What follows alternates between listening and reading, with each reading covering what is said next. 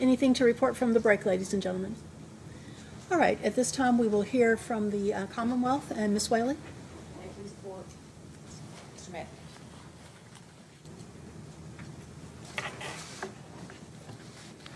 Members of the jury, thank you for serving on this jury. Thank you for being willing to sit here for all these days. Thank you for the attention you've given to this evidence. I say thank you, but I also say that being a juror in this country is a privilege. It's a privilege. Not very many people ever get to enjoy that privilege. We have the greatest system of justice in the world. And being a part of it in any form is indeed a privilege. And now is the most important part of your work as a juror, and that is to render a verdict, to deliberate, to decide, to make a verdict, to apply the law that the judge read to you and that you have now, to apply that law, the law of the Commonwealth, to this evidence that you've heard over these days. The law enacted by the legislature decades ago, the law that you all agreed to follow when we questioned you back at the beginning. And I specifically asked if anyone would have a problem following specifically the law of wanton endangerment. And everyone agreed. I also told you when you came back in to be questioned as a group, the Commonwealth has the burden of proof in a criminal case. The burden of proof beyond to prove the defendant is guilty beyond a reasonable doubt, not beyond the shadow of a doubt. And you all agreed that you understood that burden of proof. And we, the Commonwealth, gladly accept that burden. That's as it should be.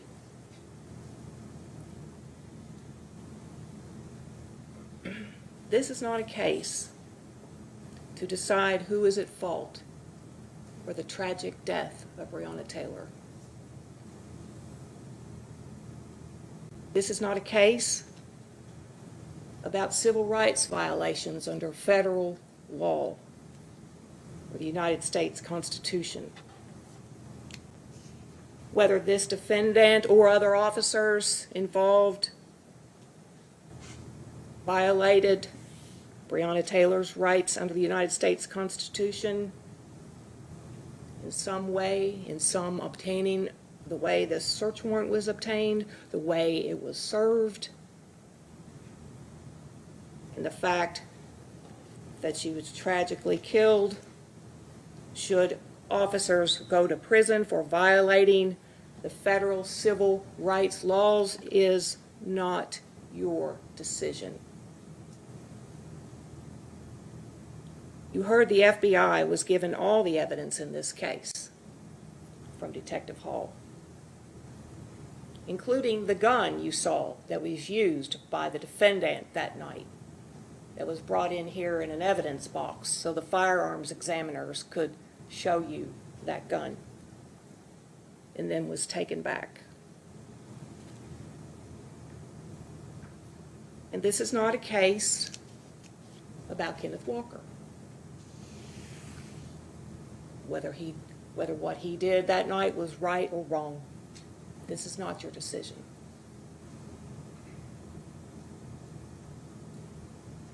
Under the law of the Commonwealth, you have seen and have in evidence the search warrant signed by a judge in Jefferson County, a valid search warrant, a legal search warrant signed by a judge. This is not about how the case was investigated before that search warrant was obtained. That is not your decision.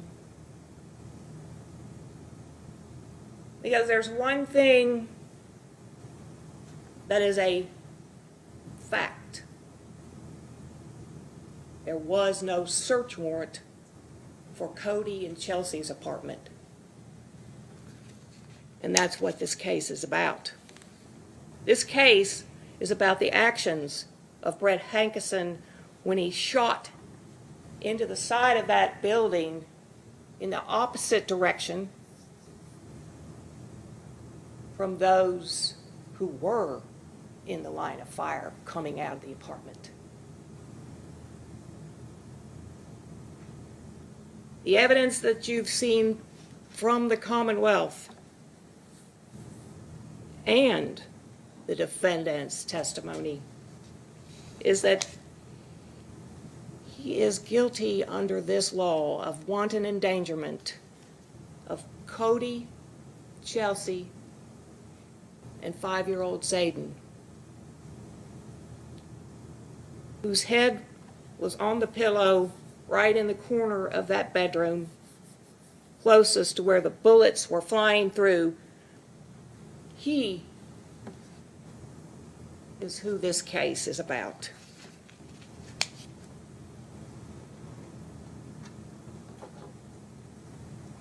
Five-year-old child. You didn't hear from him. But that's who this case is about. He's one of the 3 victims who had no idea when he went to bed that night on March 12th what was going to happen in the middle of the night. And it's about Cody, also fast asleep that night, thinking it was an ordinary night, sleeping, and then, boom, awakened out of a sound sleep, and then fast walking to his door to see what is going on, but couldn't even make it to the door because of the debris flying through the wall. Couldn't even make it to the door. And it's about Chelsea. Now she told you she's a heavy sleeper. But even she woke up, was pulled awake out of that sound sleep by the noise, the boom.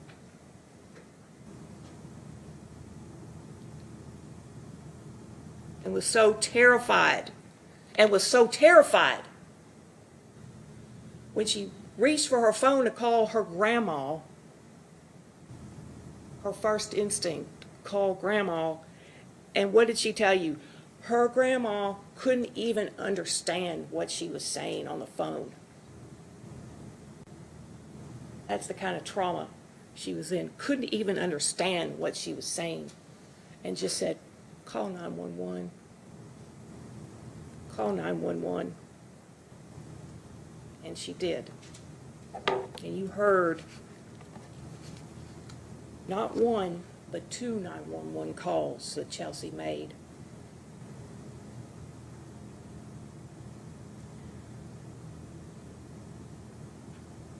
Those calls, and you can ask to hear any of this evidence again. Witness testimony, including the 911 calls, videos, you can ask to see any of that. Those calls were so chilling, the voice, and the 911 operator, which of course is they're trained to do, so matter of fact. What is your location? So matter of fact. No kind of comfort. Not the operator's fault, of course, but you can hear the fear in Chelsea's voice. The FBI analyst, Mike Van Arsdale, showed you what you need to know about these bullets that he shot. In the graphic that he constructed, from being there at the scene in June of 2020, when the FBI went in and pulled bullets out of the walls which hadn't previously been retrieved. When PIU was there that night, they collected everything that was laying there, all the casings, all the bullets in the apartment that had been shot. From the door, a few of the bullets that had been shot by the defendant in the opposite direction from those who were in the line of fire. And this graphic reconstruction tells you everything you need to know about where he shot compared to those who were in danger, compared to those who were in the line of fire, in the doorway, when the one bullet was shot out the doorway that was found in the breezeway. One bullet, not an AR. One casing from that 9mm found in the hallway. One bullet found in the breezeway. One 9mm found under the bed.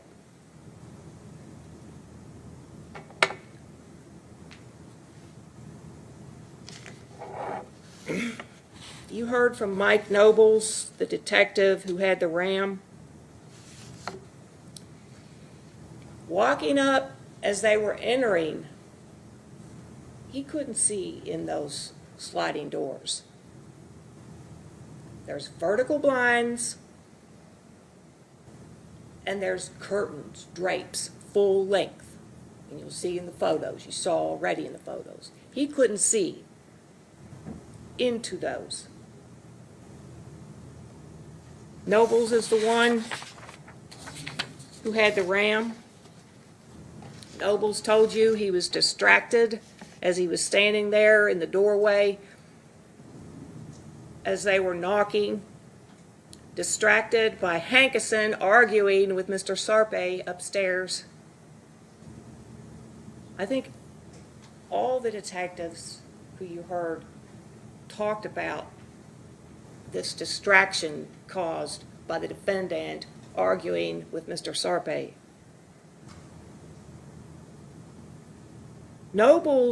Detective Nobles testified he never saw Hankison in the doorway. He said Hankison was by the steps. That's where he was, at the end of the steps. That's why he could see Sarpe up there, Mr. Sarpe, and was continuing to be confrontational with Sarpe. Detective Nobles told you Myles Cosgrove was the one standing over Jon Mattingly, returning fire after Mattingly was shot.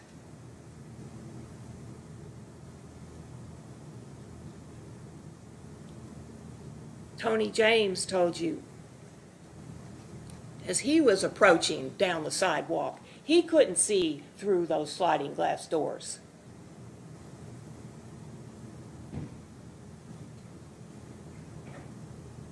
He was the one with the ballistic shield.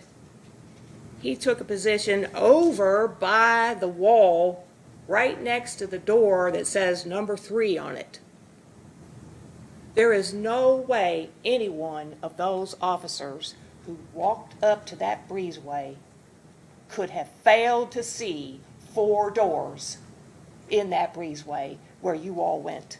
1, 2, 3, and 4. Or could have failed to see upstairs. Mr. Sarpe walked out of apartment 8. A door right next to 8, 7. A door right next to 7, 6. A door over to the left, 5. In the same configuration as the first floor. Now, I'll talk a little bit more about that in a few minutes. Tony James told you he also heard the defendant engaging with Mr. Sarpe. And Tony James testified they were very loud about this argument going on. And Tony James told you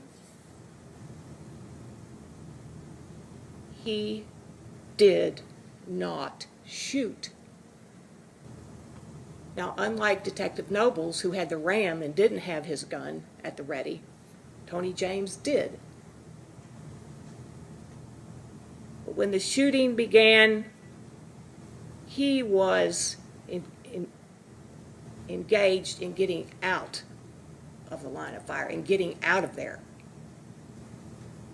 And seeing what could be done to help Mattingly. He did not shoot. He did the right thing. You didn't hear anything about Mike Campbell shooting either. Mike Campbell was at the rear, at the back corner to the left as you're facing the breezeway.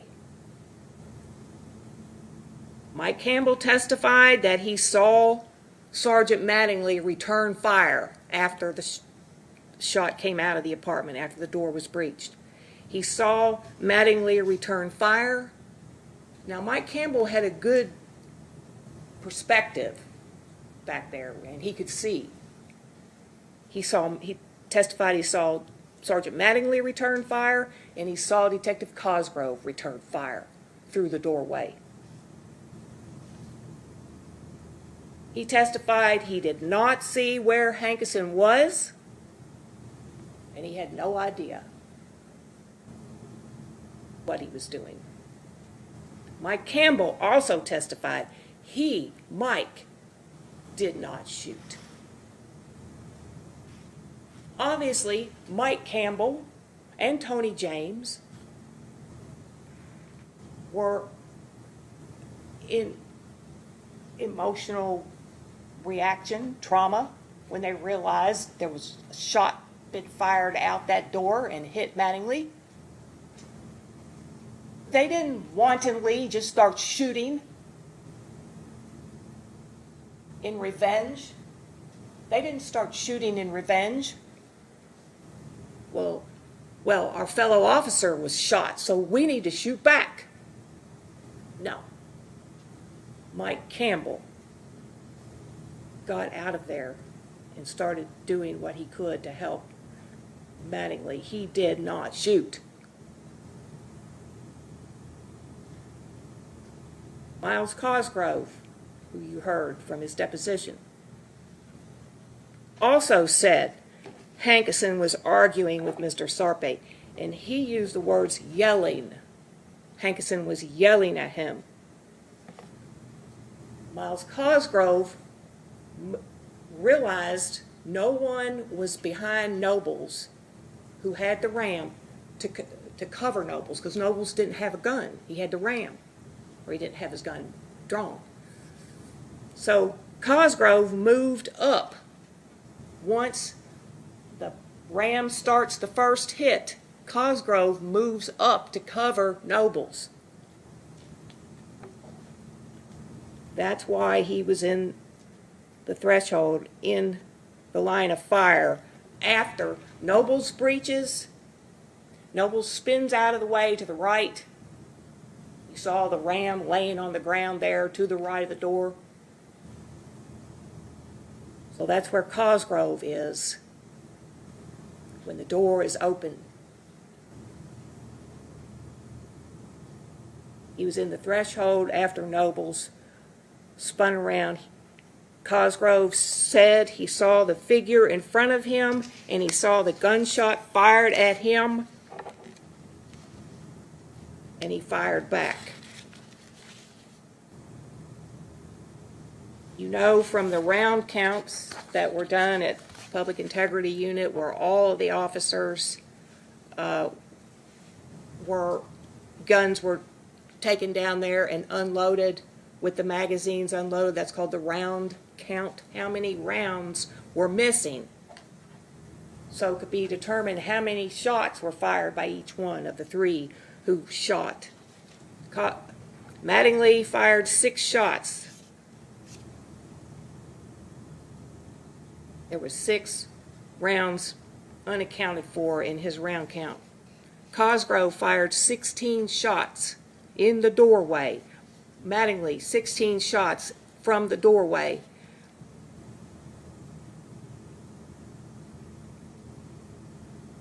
Lieutenant Lacefield, the firearms instructor commander, told you, when asked, how long does it take with this Glock 40 caliber Model 22, the service weapon, the one you saw, how long does it take to shoot all of the 16 rounds in that gun, which it can hold if it's fully loaded with one in the chamber?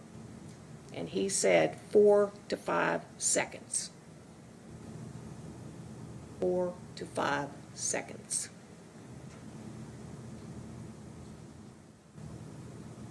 Cosgrove said he did not realize he had shot 16,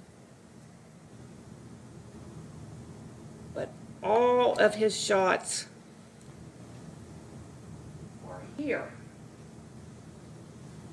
in the doorway after the shot came out and hit Mattingly.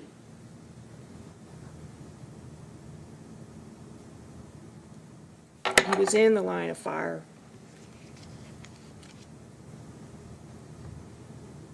Hankison's round count, 10 rounds missing.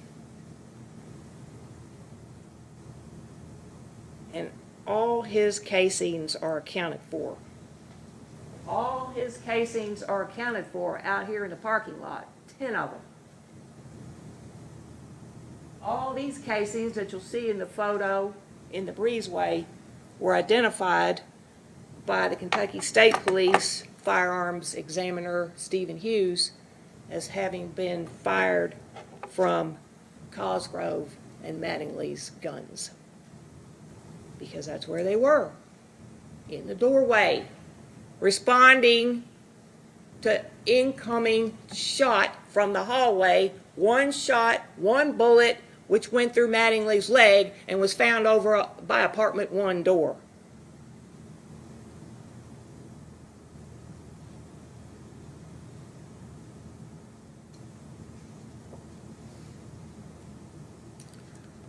I know you all have heard the old saying, a picture is worth 1,000 words. So, nothing can take us there to actually witness what happened. But I want to go back over some of these photos to refresh your memory of some of the testimony.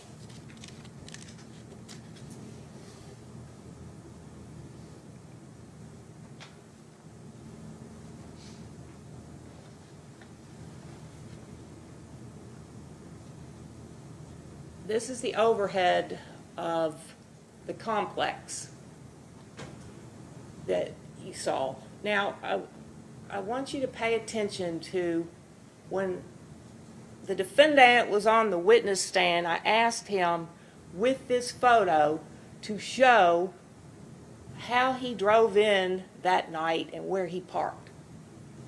And the main road out here, I guess St. Andrew's Church Road or St. Anthony Church Road, out here, and then you come up this way and turn to the left and come down, because you can't get in this way, or couldn't on March 12th because of the gate here.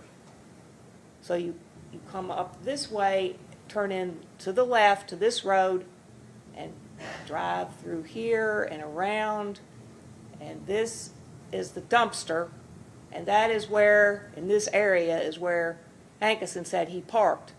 Some of the other vehicles were parked in this area as well, except the white van, of course, the van that the Sequoia that Mr. Sarpe was driving was here, parked perpendicular to those, and then I believe the white SUV that Mattingly was driving, you heard, was right behind the Sequoia. But here's the important thing. When you drive in this way, it is obvious that this is a complex of apartment buildings. You drive through here and you are seeing the patio and the balcony of this two-story building. The two patios, this is only an 8-plex right here. These other three, and this one also, are 16-plex buildings. So that you have, in this one, you have 4 apartments on the first floor, 2 at the front and 2 at the front and 2 at the back. And then on the second floor you have 4 more, 2 at the back and 2 at the front. So that you have 2 patios and 2 balconies. And then in the front, the same thing, 2 patios and 2 balconies. But in the 16-plex buildings, you have 2 on this side of the building, 2 patios, 2 balconies, and on this side, 2 patios, 2 balconies. Patios downstairs, balconies upstairs. And the same at the front. So that it's obvious as you are driving around these buildings that you see, oh, here's 2 balconies and 2 patios on this side. And over in the front, the same thing, 2 patios and 2 balconies.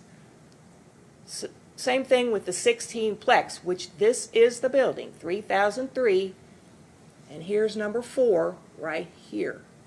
Before you can even get to 4, as you're walking down the sidewalk or the parking lot, you have to pass this set, which is identical to these across the street, that you have already passed as you're driving through and seen, oh, there's balconies and patios in back of these buildings. Oh, here's the front.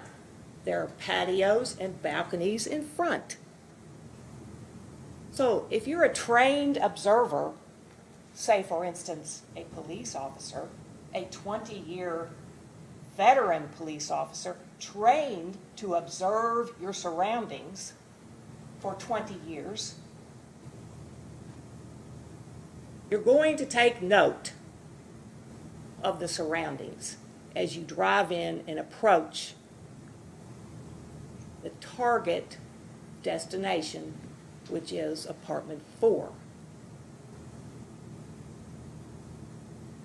These buildings are identical. So this is the back of 3003, and right here is Cody and Chelsea's patio and railing there, just like the one in the front. No, you can't see it from the front, but you can see the doors.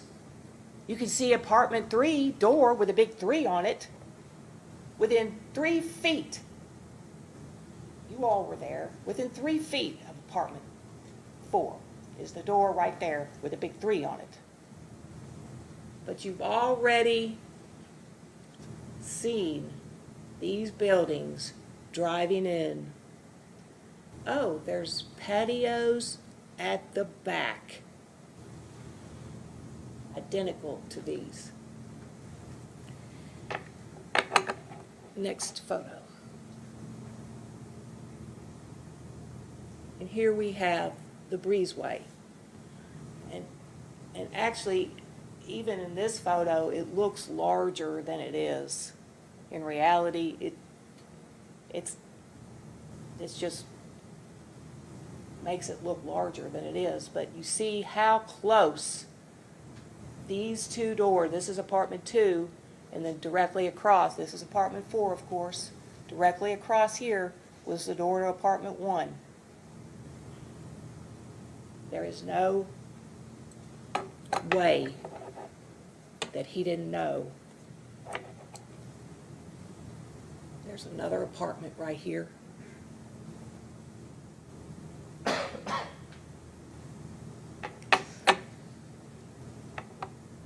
Next photo.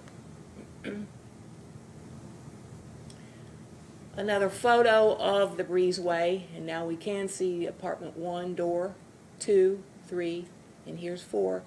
And this was taken, and you heard Lieutenant Vance testify about the Sergeant Vance, I think.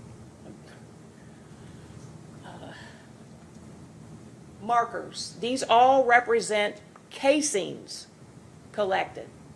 All the .40 caliber casings from the guns of Mattingly and Cosgrove, because that's where they were when they shot from the line of fire. And here, marker 37 is the bullet that was collected, that was identified by the FBI firearms examiner Bryce Ziegler, this bullet here, as having been fired from the 9mm found under the bed in the south bedroom of apartment 4.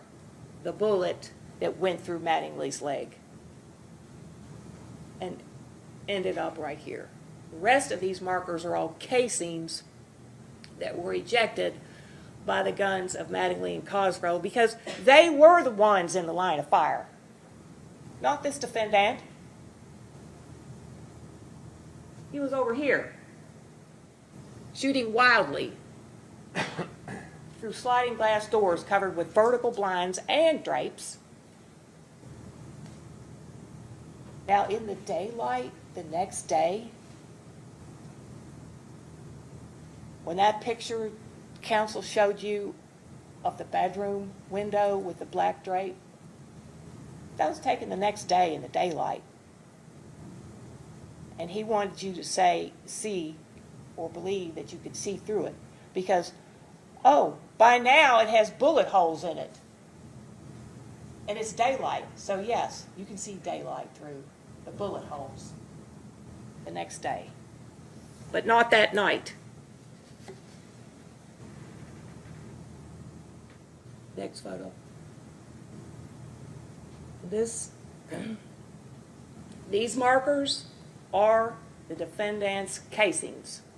Every one of these, 5, 6, 7, 8, 9 is under the tire, 10.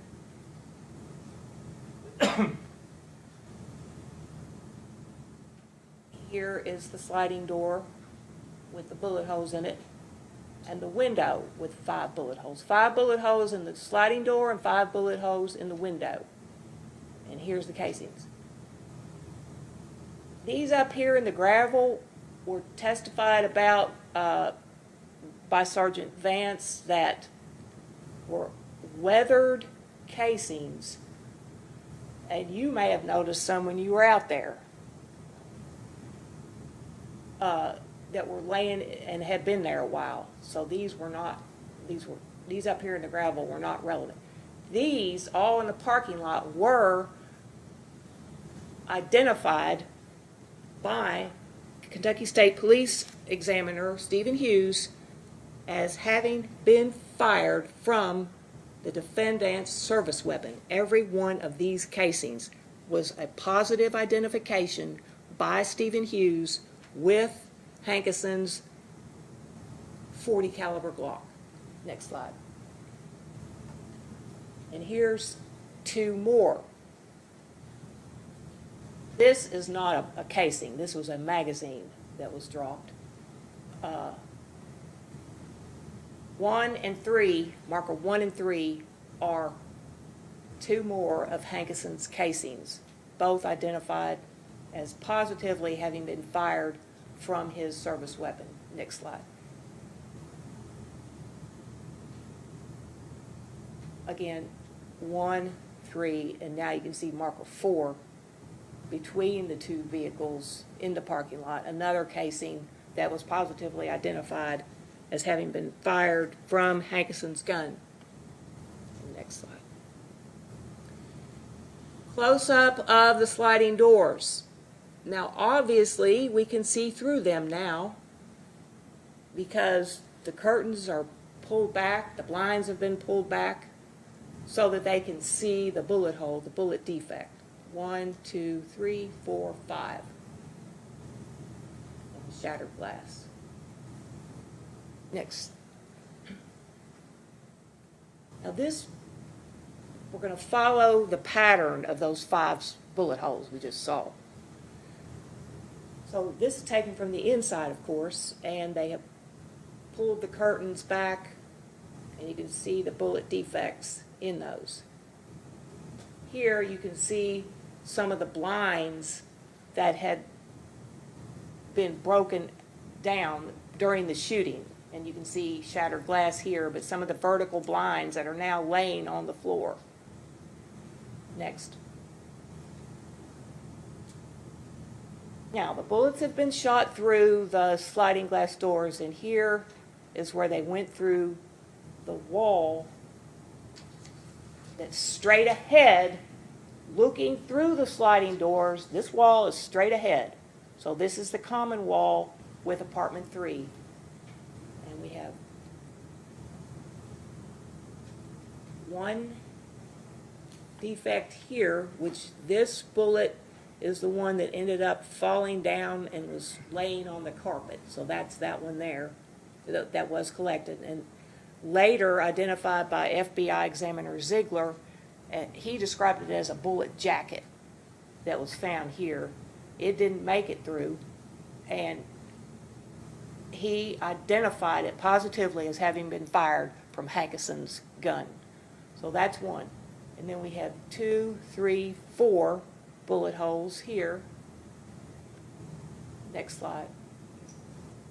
And now we can see the 5th one. First one was the chair. Now we can see 2, 3, 4, 5 holes going into the wall.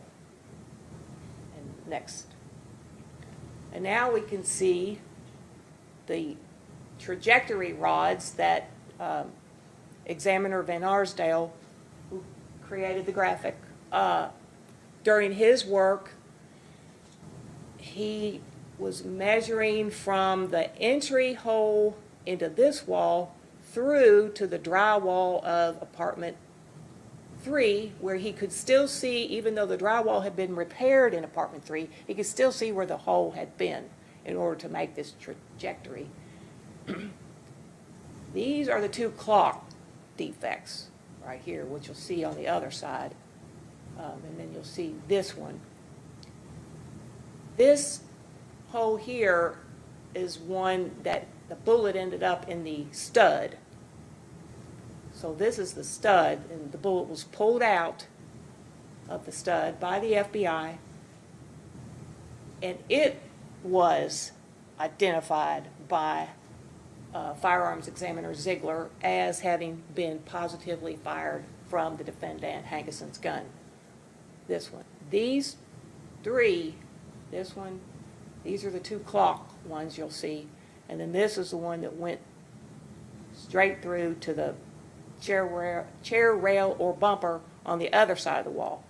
Next. So now this is apartment 3, where they have come through the bullets. It's a mirror image of the other wall. So here's the clock, defect here, or bullet coming through here, bullet coming through here. And then the third one will be the next slide. Third. So there's the chair rail in apartment 3 that mirrors the entry hole on apartment 4, and here's the exit on apartment 3. Now we'll see where this bullet, and there's this bullet, ends up on the dining room table of apartment 3 that came through over the chair rail. Next slide. Now the second bullet that was found that came through one of the bullets came through the clock, we'll see in the next photo, hit up here and then dropped down on this carpet. Next slide. So here is the bullet. One of the bullets that came through the clock and then hit up above the sliding doors and then dropped down on the carpet. That's the second bullet they retrieved from apartment 3. Next slide. And here is the hole in the vertical blind where one of the bullets that went through the clock kept on going, and that's where the one that probably almost hit Cody as he was walking through, it went all the way through the blind and shattered the sliding glass door. This other bullet from the clock ends up here, doesn't make it through, and falls back down on the carpet. So this is the one that shattered that door and left then it wide open with shattered glass everywhere. Next slide. The window bullets. This is the 5 window bullets. 1, 2, 3, 4. That's 1, 2, 3, 4, 5. You can see here, this of course is taken in daylight the next day. You see these are the horizontal blinds. Now you see how close those blinds are together? So those were down. There's defects in them now. And covered by the black curtain on the other side. Next photo. And here's the other side where those bullets came through. Fired from here on the graphic. So 5 bullets were fired at that window. One of them you heard about was found, it came through and hit this dresser drawer and then ended up inside the dresser drawer. That's one. And the next. 2 more hit this wall as you're facing the window. It'd be the wall to the right. And there's the defects. And those 2 were later found in the wall by the FBI in the search in June. Those 2 were pulled out and they were tested by Bryce Ziegler and found to be a positive identification to Hankison's gun. These 2 bullets here pulled out of the wall. So that's 3 bullets so far from the window that were retrieved. Next slide. So here's the 4th one. This went into the utility closet in the hallway here. And there it is, the bullet right there. That was retrieved, and that was positively identified as having been fired from Hankison's gun. That one was retrieved during the crime scene unit search, and that one was identified by the state police as having been fired from the gun of Hankison. Next slide. And this is the 5th bullet through the window that was found in the soap dish. That obviously you don't see any defect behind it, but must have ricocheted from somewhere in here. And here it is, right there. The fifth bullet through the window. So we accounted for all 5 in the sliding door because we had the one that hit the chair and fell on the floor. That's 1. One that got stuck in the stud that was pulled out later, that's 2. And then 3 of the ones fired through the sliding door that went all the way into apartment 3. Those are the 3 important ones. Because any one of those 3, 2 that went through the clock, especially those 2, that went through the clock, and then through the clock in apartment 3, and 1 all the way out the sliding door, could have any one of those.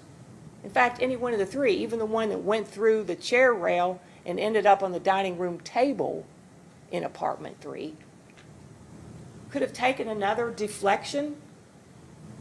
You know, who knows where it could have deflected out of that clock. Instead of going through the sliding door in there, could have gone into that bedroom where little Zayden had his head on the pillow. Next. And here is the 9mm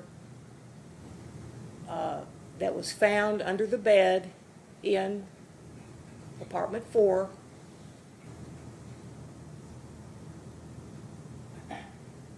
Right here is the south bedroom, found under the bed. That was collected, tested by both the Kentucky State Police, the Kentucky State Police Examiner, Mr. Hughes, made a positive identification of the casing found in the hallway. The casing found in the hallway was fired from this 9mm. 1 casing. 1 bullet was found in the breezeway, marker 37, that the FBI examiner, Mr. Ziegler, positively identified as having been fired from this 9mm. Next.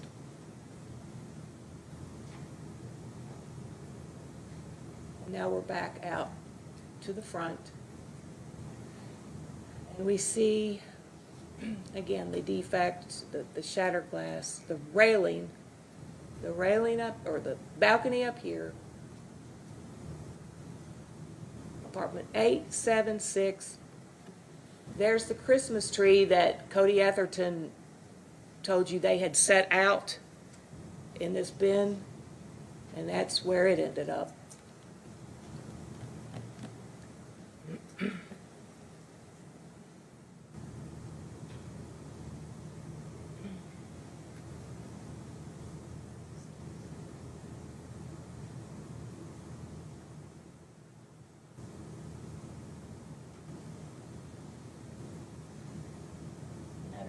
Of you can see the relationship between the sliding door and the window. You definitely have to change position to start shooting, stop shooting from this sliding door and start shooting through the window. It wasn't all just one action. There had to be a position change, continuing shooting blindly into the side of this building.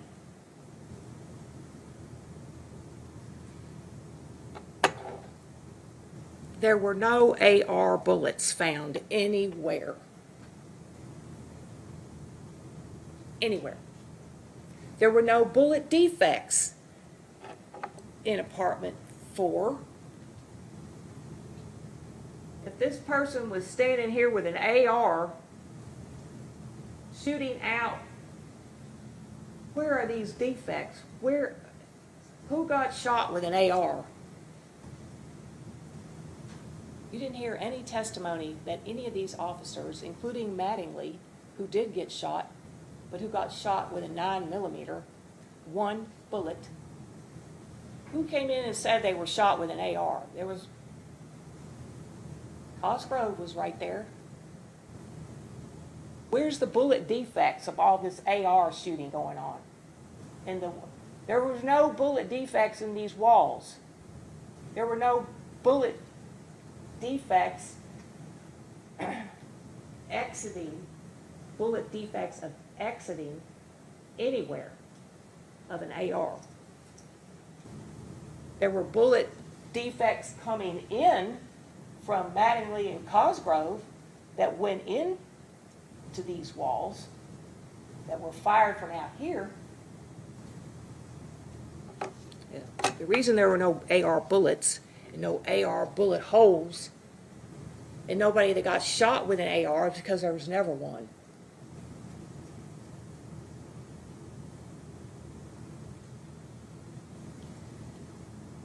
When Lieutenant Vance interviewed the defendant, he couldn't remember which way the door opened.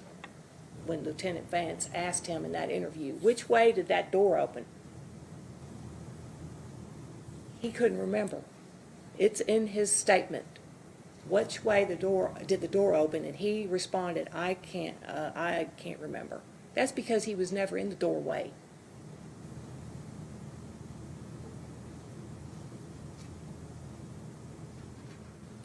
The only ones who had ARs or long rifles in that night, the only ones were the patrol officers that he called out and told, we need long rifles, we need long rifles. So you know what that did?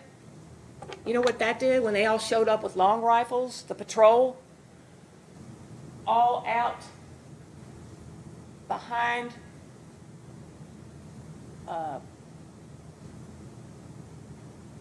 that first slide that shows the overhead of the complex. And you saw on the body camera of one of the patrol officers with the long rifle pointed at Cody, and he testified he was standing there with his hands out the window of the broken, what used to be the sliding door, and they were pointing rifles at him, and there was a dog back there barking. He was afraid it was going to lunge at him. That put him at even more risk of serious physical injury or death caused by this defendant telling them to come out with long rifles.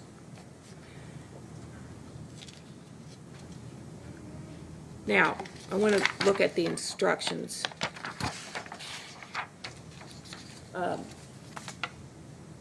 There they were. Back here with the long rifles pointed at Cody. Instruction number 4, all the wanton endangerment ones are the same. That in this county on or about March 13th, for the finding of the indictment, he discharged bullets from a handgun into apartment 4 that entered apartment 3, which was occupied by Cody Etherton. Now, this doesn't require, nowhere in this instruction are you going to find anything that says, that asks you to find that he knew that Cody Etherton, per se, was in that apartment, obviously. You are not required to find that he knew there was a man named Cody Etherton in that apartment. If that was the case, this would be an intentional crime, not a wanton endangerment. It would be some sort of intentional. B, that he thereby wantonly created a substantial danger of death or serious physical injury to Cody Etherton. That under the circumstances, such conduct manifested extreme indifference to the value of human life. Now, and you have a definition of wantonly. But I want to look at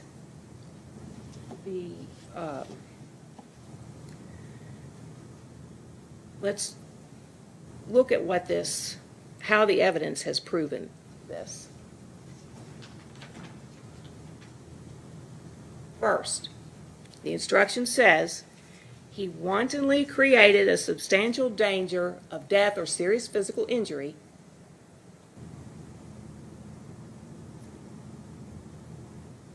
and this would be to Cody, to Chelsea, and to Zayden for each count, and that under such circumstances, such conduct manifested extreme indifference to the value of human life. So how is the evidence established this? Go on to the next.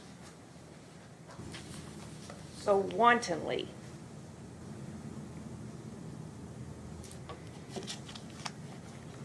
The definition of wantonly states a person acts wantonly with respect to a result or circumstances when he is aware of and consciously disregards a substantial and unjustifiable risk that the result will occur or that the circumstances exist. And this risk must be of such nature and degree that disregard thereof constitutes a gross deviation from the standard of conduct that a reasonable person would observe.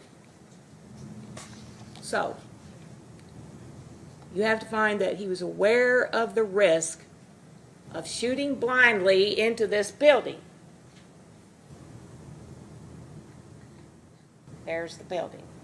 Well, there's where the bullets went through, but the building, the side of the building, the front of the building, where there was no view, through the sliding glass doors and the window. That wantonly, he has to be aware of the risk. And how do we know he's aware of the risk of shooting blindly? Well, because he has 20 years of training as a police officer. He has 20 years of twice a year having to go to the range and sit through not only classroom instruction and simulators, but actual firing at the range, shooting at a silhouette target. Because that's where you're going to be using defensive force, deadly defensive force, is against a person who's a threat. So that's why they have silhouettes shaped like a human body. And he couldn't even tell you that after Officer Gelhausen explained, yes, we use the silhouette as the target in these exercises out on the range. And we call it LMPD blue because it's a blue color. So 20 years of training, he's aware of the risk of shooting when you don't have a target. And he consciously disregarded. He ignored that risk. He consciously disregarded it. And he shot wildly in the wrong direction. And a threat can be a muzzle flash. What did Officer Gelhausen tell you about that? Seeing a muzzle flash. It can be a threat, but it has to rise to the level of an active threat. It can't just be a threat. A threat is not something that requires that you shoot at it. It has to become an active threat. There has to be a person at the end with a gun that caused that muzzle flash. It has to be an active threat. Officer Gelhausen said, if a person is standing there with it and you can see they've got a gun even down to their side, that's a threat, but it's not an active threat. You don't have a right to shoot somebody who's just standing there with a gun down to their side. And he told you. Now, if they raise it and point it at you, then you do have a right. That's an active threat. So he was aware of the risk of shooting blindly, and he disregarded that risk and shot wildly in the wrong direction. Next. He created a substantial danger of death or serious physical injury. Cody Etherton was at absolute risk of substantial danger of death or serious physical injury. And serious physical injury is defined for you. It's very straightforward. Chelsea was in substantial danger. When those bullets came through, they could have deflected. Instead of hitting that clock and going straight through to the sliding door, any one of those 3 bullets could have deflected off that clock and gone to Chelsea's bed. Or even as she stood up. Any one of those 3 bullets could have hit little Zayden in that bed closest to the line of fire where they did come through and go out the sliding deck. A little deviation in degree and angle of those bullets as they came through this wall and through that clock, and any deviation in the angle as they deflected could have hit. 3 bullets came through. Any one of those 3 could have hit Cody, Chelsea, or little Zayden.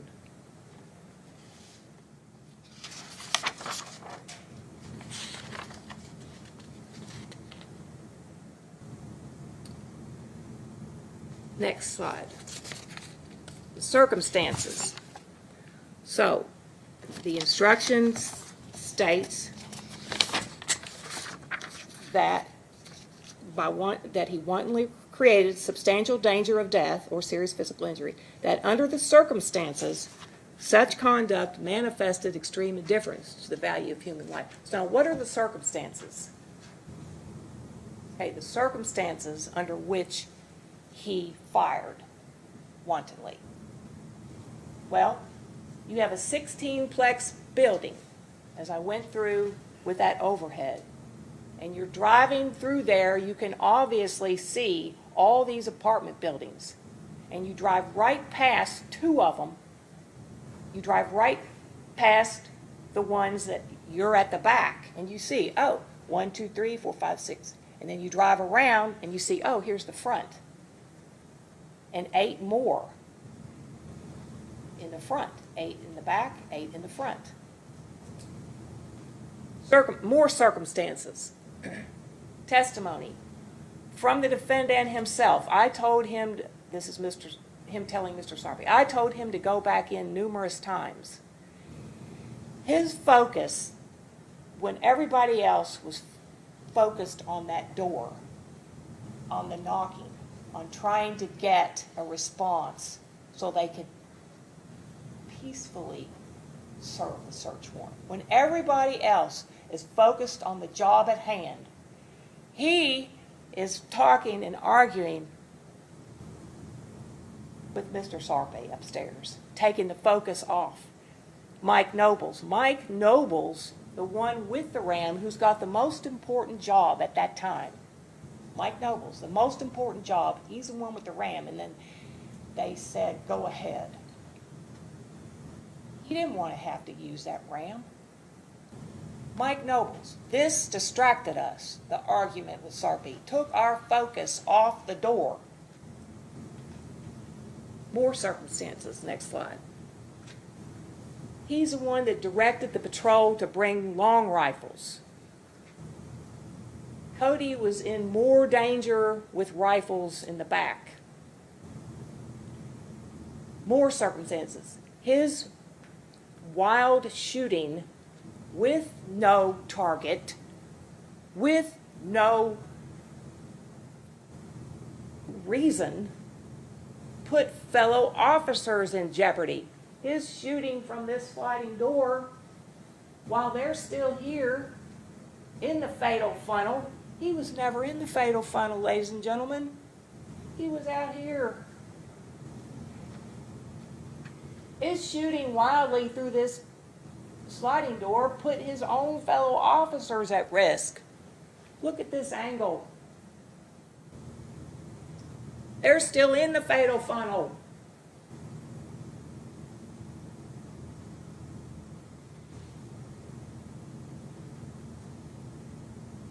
Circumstances, the doors in the breezeway are clearly visible. a trained officer, trained 20 years to observe his surroundings, especially in a situation like this. What you won't find in the instructions is anything that requires you to find a motive. You're not required to find or know why he did this. You won't find that in there.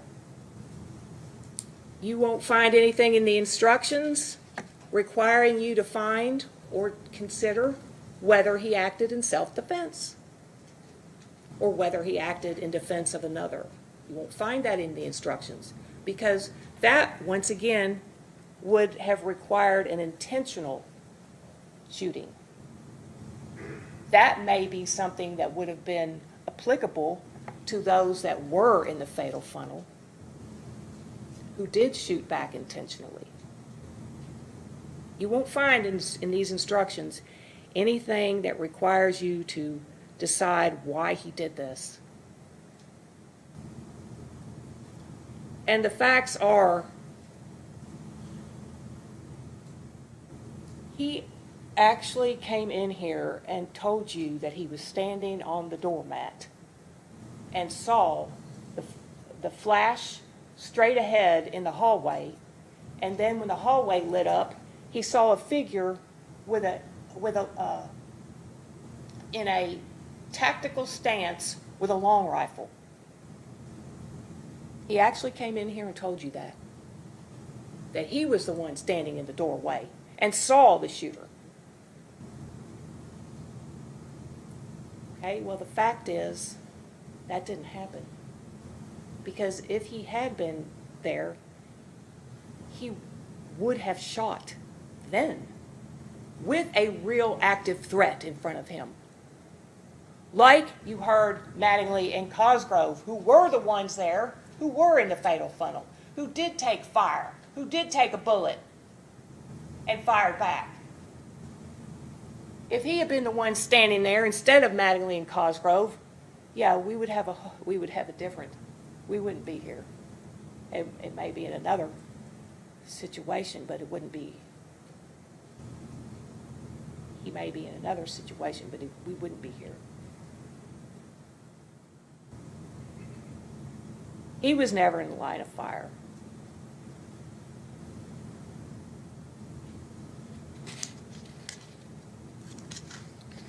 You do not have to find why he did this.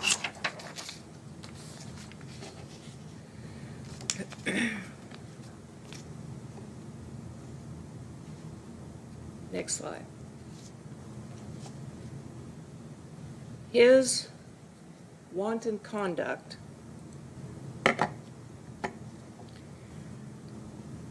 could have multiplied one tragic death, Breonna Taylor. His wanton conduct could have multiplied her death by 3. Easily.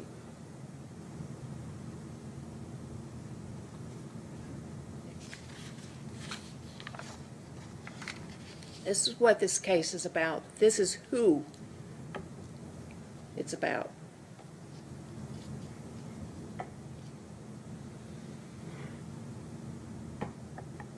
By grace, they're still alive.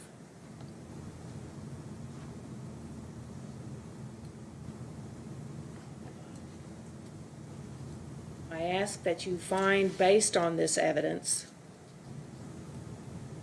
that this defendant is guilty of wanton endangerment under the law of Kentucky for his conduct that night. Wanton endangerment of Cody, of Chelsea, and Zayden. Thank you.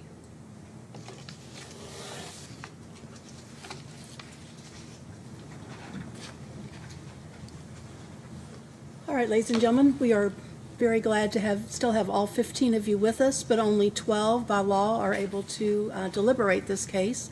So we'll randomly draw out 3 of your number, and I will call those out.